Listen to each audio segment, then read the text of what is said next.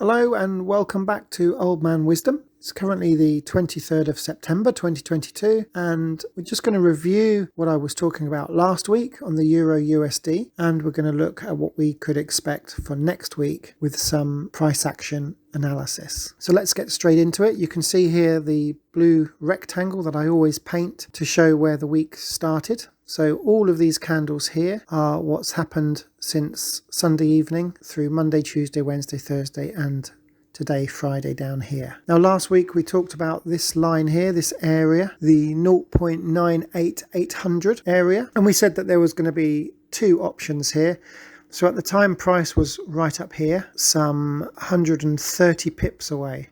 But I said that I wouldn't be surprised if price came down to this area and retested. And we was looking at two options, obviously, for price to come down, pull back, and then buy, or power through this area, pull back, and then sell away. So you can see that that's exactly what happened. But I also explained that we don't just buy blindly. I wanted to see wicks. I wanted to see price stalling at the correct area before we buy or sell. So let's look. Price came down and we had a pullback. And if I just zoom in, I can really highlight for you what I mean by price stalling and wicks.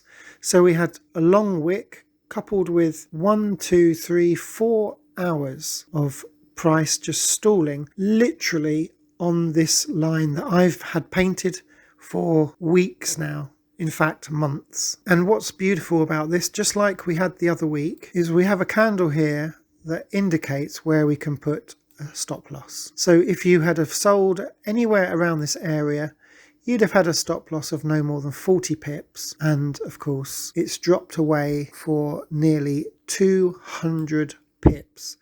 That's just incredible. If you'd have caught any of this drop, then you'd have truly been in profit this week. So when it comes to nailing a price action analysis, I don't really think you could get much better than this week. So I've plotted this area here. It's a possible retracement area. The whole area is no bigger than 30 pips.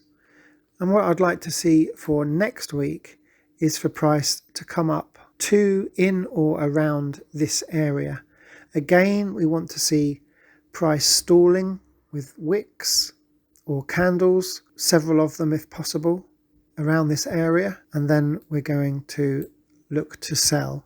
But again, like I always remind you, we're not looking to sell blindly. We need to have a reason to sell.